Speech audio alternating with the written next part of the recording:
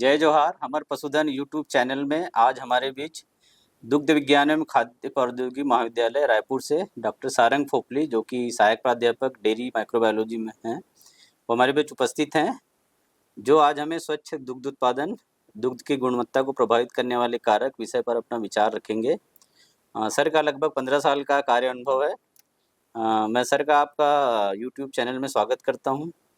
जानना चाहेंगे स्वच्छ दुग्ध उत्पादन के लिए किन किन बातों का ध्यान हमें रखना चाहिए। नमस्कार सर, आप हमारे पशुधन के सभी जो दर्शक हैं उनको नमस्कार। जो स्वच्छ दूध उत्पादन होता है उसके लिए हमें जो बिल्कुल जिन मूलभूत चीज़ों का ध्यान रखना पड़ता है, तो उससे पहले समझते हैं कि स्वच्छ दूध उत्पादन होता क्या है। स्वच्छ दूध उत्पादन का मतलब है कि ऐसा दूध जिसमें किसी भी तरह का कोई केमिकल, कोई किसी भी तरह के ऐसे कोई जीवाणु जो कि बीमारी कर सकते हैं, या किसी भी तरह का कोई ऐसा रसायन जो कि हमें नुकसान पहुंचा सकता है, ऐसा कोई भी पदार्थ दूध में ना हो, और ये दूध एक स्वस्थ जानवर से आया हो। ऐसे दूध को हम स्वच्छ दूध कहते हैं। तो स्वच्छ दूध उत्पादन के लिए हमें कुछ मूलभूत चीज़ों का ध्यान रखना पड़ता है।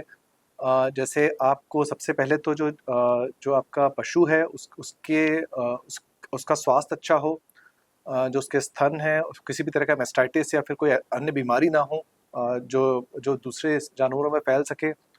और क्योंकि इन बीमारियों से ही फिर दूध में जीवाणु आते हैं, और वो जीवाणु फिर बीमारियां कॉज कर सकते हैं, बीमारी कर सकते हैं इंसानों में भी।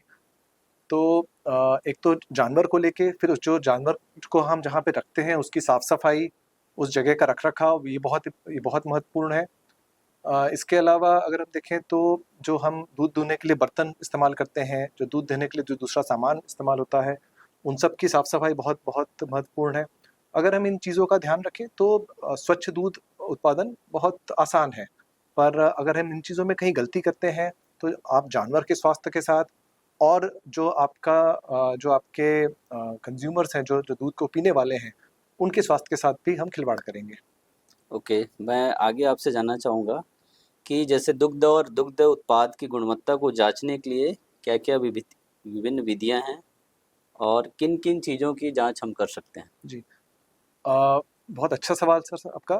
अगर हमें दूध उत्पाद और दूध, जब हम पहली बार जब दूध हम जानवर से लेते हैं, उसके बाद उसका तुरंत उसकी टेस्टिंग करनी पड़ती है। टेस्टिंग से पहले हम लोग जब उसको किसी प्लांट में या किसी जगह पे जब उसको रिसीव करते हैं, तो हम उसकी एसिडिटी देखते हैं, उसका पीएच देखते हैं। एसिडिटी से हमें पता चलता है कि उसमें कितना अम्ल बन चुका है। ये अम्ल इसलिए बना होगा क्योंकि उसमें बैक्टीरिया, जो जीवाणु है, उन्होंने उसमें अम्ल बनाया होगा।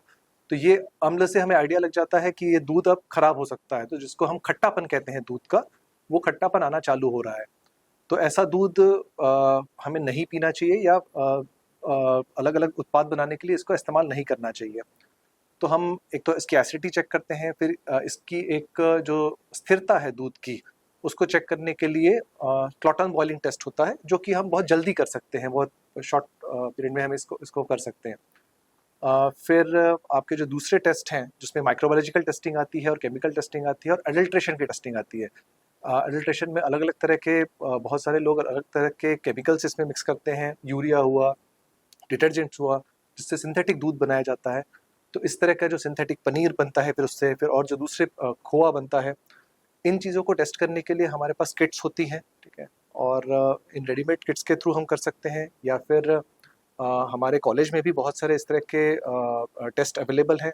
तो अगर किसी को हमारे यहाँ पे लेबोरेटरीज़ हैं, अगर किसी को ऐसा कोई टेस्ट कराना है, रायपुर में, छत्तीसगढ़ में हमारे किसान भाई हों या फिर उपभोक्ता हों, इनको अगर अपने जो पदार्थ खरीद रहे हैं या दूध खरीद रहे हैं, इस पे अगर इनको शंका है कि इसमें कुछ मिलावट है, तो वो हमारे कॉलेज में आके इसकी जांच करवा सकते हैं।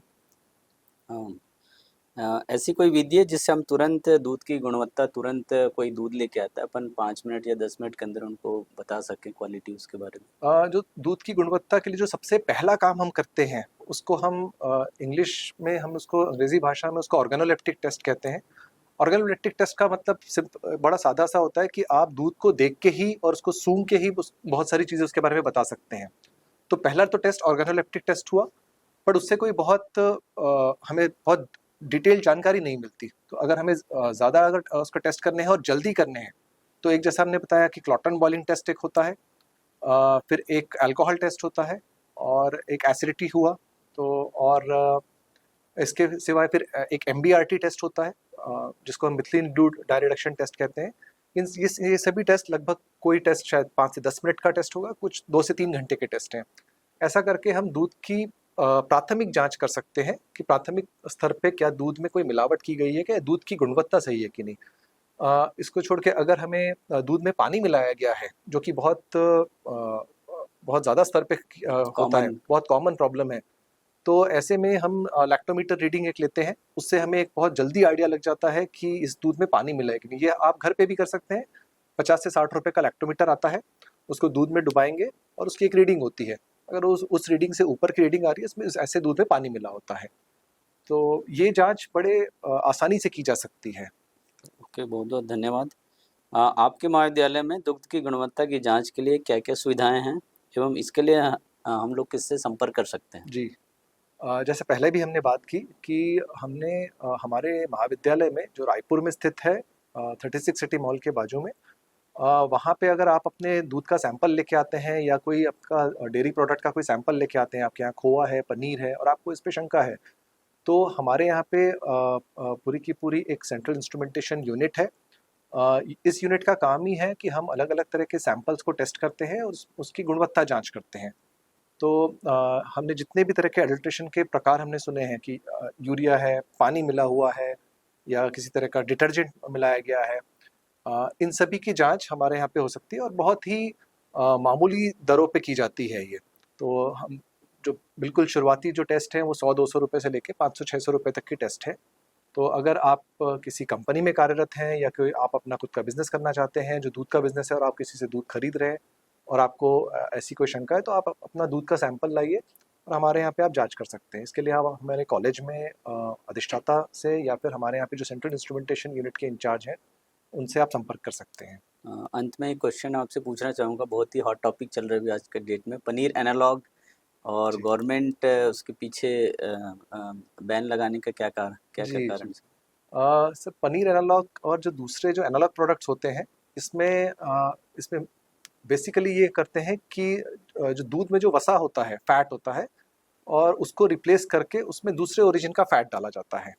तो अगर, और ऐसे प्रोडक्ट्स को हम एनालॉग प्रोडक्ट्स कहते हैं, जो बिल्कुल जैसे पनीर है, तो अगर आप उसमें दूसरे किसी तरह का वसा या दूसरे किसी तरह का सॉलिड डालें और उसको बनाने की कोशिश करें, तो पहले ये गलत नहीं था, बनाया जाता था पहले भी स्तर पे, बट इससे दिक्कत ये होती है कि किसी उपभोक्ता को जिसको प्योर पनीर चाहिए, शुद्ध पनीर चाहिए, उसको बहुत लोग, बहुत सारे जो आप रेस्टोरेंट्स में खाना खाते होंगे या फिर बहुत सारे जो कंपनीज जो पनीर बेचती हैं, वो एनालॉग प्रोडक्ट्स को, जो कि सस्ते होते हैं, जिसमें हल्के क्वालिटी का फैट या वसा मिलाया जाता है, पाम ऑयल हो गया या फिर दूसरे क्वालिटी के जो वसा मिलाते हैं कई बार लोग, ऐसे वसा को मिला के अगर प्रोडक्ट बना रहे हैं और बेच रहे हैं, और या फिर और कोई दूसरा सॉलिड रिप्लेस कर रहे हैं उस प्रोडक्ट में, तो शासन का और गवर्नमेंट की भी, FSSAI या दूसरे इंस्टीट्यूशंस का जो ऑर्गेनाइजेशन है, उनका कहना था कि भाई ये गलत प्रैक्टिस है, या तो उसके ऊपर लेबलिंग सही तरीके से लेबल होना चाहिए कि ये एनालॉग प्रोडक्ट है। और अभी बहुत सारे जो स्टेट गवर्नमेंट्स हैं, उन्होंने भी इस तरह के प्रोडक्ट्स पे बैन लगाया है, और अभी शायद हाल फिलहाल में छत्तीसगढ़ में भी इसके ऊपर शासन ने भी काफ़ी कार्रवाई चल रही है इसके ऊपर। आप अभी महाराष्ट्र का भी अब सुन रहे होंगे, और पूरे देश के स्तर पे, पूरे राष्ट्र के स्तर पे भी FSSAI इसको लेके बहुत ज़्यादा नए रूल्स एंड रेगुलेशंस लेके आ रहा है। तो एनालॉग प्रोडक्ट्स का अगर उसमें किसी तरह की मिलावट की गई है, तो वो हार्मफुल हो सकता है, तो हानिकारक हो सकता है, पर उसका लेबलिंग सही तरीके से, कि कंज्यूमर जो है, जो उपभोक्ता है, उसको पता होना चाहिए कि वो क्या खा रहा है अपने खाने में, तो उसके माध्यम से किया गया है ये। ओके, सर, आपके बहुत सुघड़ जानकारी दे बर आप मतलब बहुत बहुत धन्यवाद। आशा करत हन ये जानकारी किसान भाई एवं ग्राहक मन ला आने वाले समय में काम आही। बहुत बहुत जय जोहार, जय छत्तीसगढ़। जय जोहार।